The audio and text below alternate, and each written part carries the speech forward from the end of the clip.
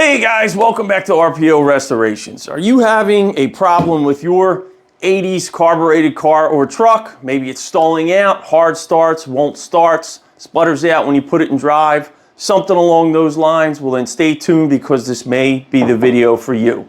Today I'm going to show you a couple of simple, easy, and more importantly cheap ways to diagnose or narrow down exactly what the problem is, and even better, you might even be able to fix it for free. Also along the way, I'm going to show you a couple of cool tools that you definitely need to have in your garage arsenal. So stay tuned, we're going to pop the hood and jump in. Like most of you guys, I like to spend a lot of my downtime checking out the forums, particularly on Facebook, that involve cars. And I like to read some of the threads and maybe pick up a thing or two or try and learn something. And I also read a lot of people trying to diagnose other people's car problems.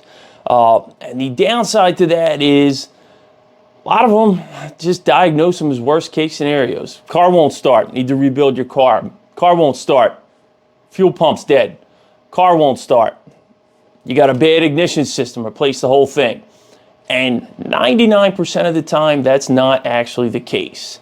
So today I'm going to show you a couple of tips and a couple of things you need to run through when you're having an issue with your car, whether it's running, whether it's stalling out, whether it's idling poorly, things along those lines. And there's a lot you can do to narrow down the problem, figure out which subsystem may be not running right, and you might even be able to fix it. Sometimes, you know, the simplest solutions are usually the ones that work, and it may be something very easy or a 30 or 40-year-old part or connection that's simply not doing its job anymore, and you might find it, rather than throwing parts at a problem, spending a lot of money and still not being able to solve it.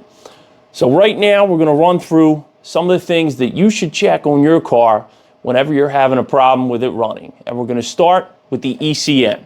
You want to make sure that's running properly. So learn how to ground your test terminal. Make sure you're getting a code 12 with the car off. That tells you that the ECM's doing its job properly, and then you can move on to the next step. The next thing that you need to do when you're trying to figure out what's going on under the hood is double check all your wiring and electrical connections, especially to your sensors and solenoids that are controlled by the ECM. Things like this mixture control solenoid, the throttle position sensor, and everything else along the way that might be affecting your carburetor or ignition system. Make sure there's no burned out wiring, no loose connections, all the connectors are snapped in tight. A lot of times with check engine lights, especially if you have an intermittent problem, that may be the culprit. Once you've checked all your electrical connections, now it's time for the tough one. Check every vacuum hose under the hood. Consult with your emissions control label, trace out every line, make sure there's no leaks. These cars have a lot of vacuum hose and a lot of systems that depend on vacuum. And even a leak in one of the smallest hoses or components can cause a lean condition and really drive your carburetor nuts. You'll never get the car to idle right if there's a leak. So you want to make sure everything's good in that system too. Speaking of the carburetor, make sure your carburetor mounting bolts are torqued to spec. I've seen loose carburetors, again, cause lean conditions, especially when it's not biting down on the gasket like it should, and that can wreak havoc with your air-fuel mixture. Another thing you want to do while you're checking out the carburetor with the car off is make sure you're getting a nice squirt of gas when you work the throttle from your accelerator pump. That can cause a lot of problems when you're accelerating or you're first trying to start the car and it starts really hard. Also, while you're over here, check your choke linkages, everything here, your secondaries.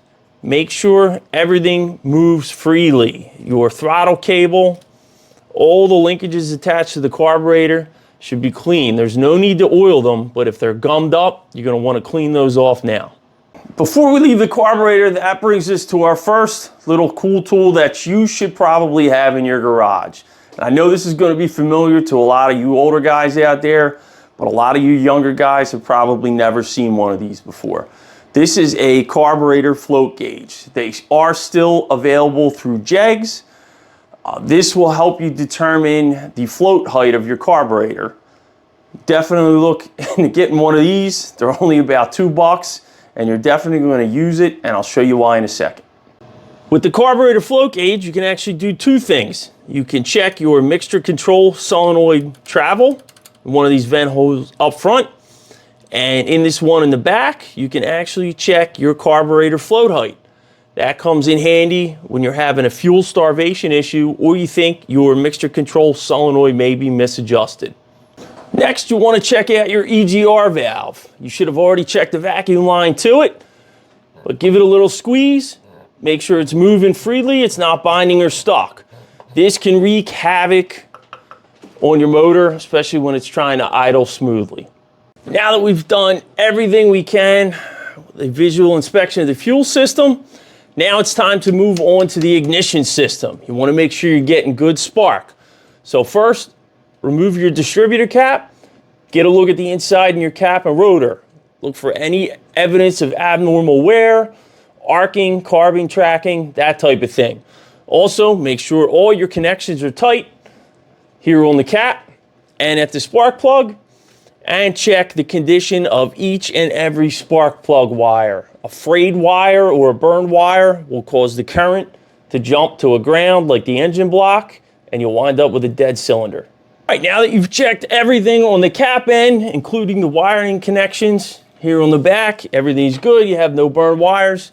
There's no arcing or tracking up here. Now you want to move on to your spark plugs. Pull each and every single one. Look for evidence of oil fouling, too much carbon. Check the gap too, that's very important. That brings us to our second cool tool that you definitely might want to think about picking up, and that is an ST125 HEI ignition spark tester. It's another one that might be familiar to some of you older guys out there. This thing is great for making sure you're getting good spark at each one of your cylinders, and it's really easy to use. All you do is pull the spark plug wire off, connect it to the back here, which is actually shaped like a spark plug. You then use this clip it to ground, crank the motor. You'll see visible spark right here on the end. If you're not getting it, you've got a problem with that wire or that portion of your cap. Before we're done with the ignition, there's one more thing you should check, and that is your base timing. Follow the instructions on your emissions label or in your service manual. Make sure the timing is set correct. If it's too far advanced, you might have a nasty knock or a ping. You also might have some problems starting the car. So you definitely want to make sure that's straight before you move any further. All right, having already checked everything on that list, you might have already solved your problem. It could have been a problem with your ignition system, could have been a bad spark plug, or maybe a problem with your carburetor linkage, or a vacuum leak, which is causing your car to idle terribly. But if not, and especially if you're having a cold weather drivability problem, like when the engine's cold or when it's cold out or anything to do with the cold, you also want to check your EFE system and your thermostatically controlled air cleaner if you still have one, and make sure they're working properly. 6 cylinders is really easy when the car's idling. Just look down the primaries, you'll see a grid underneath that should heat up like a toaster. If you have an 8-cylinder motor, I have a video for that on how to check yours. I'll include a link in the description and up top right now. All right, so that's it, guys. Some quick, easy, and more importantly, cheap checks that you should be making whenever you're having a drivability problem with your 80s carbureted car or truck that may even solve it, but at the very least will help you narrow it down to the system where something is actually going wrong. If you have any more tips for people out there on how to diagnose their problems, please leave it in the comment section so everybody can check it out and learn something today. Guys, if you liked the video, hit the like button. If you want to subscribe, hit the subscribe button. Thank you, and I'll see you on the next one.